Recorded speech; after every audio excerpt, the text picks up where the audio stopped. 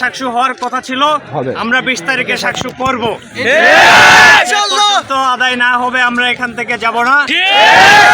ক্যাম্পাসে কোনো ধরনের নৈরাজ্য চাই না, আমরা চাই শান্তিপূর্ণভাবে সাকসু হবে, শিক্ষার্থীদের দাবি আদায়ের একটা প্ল্যাটফর্ম হবে।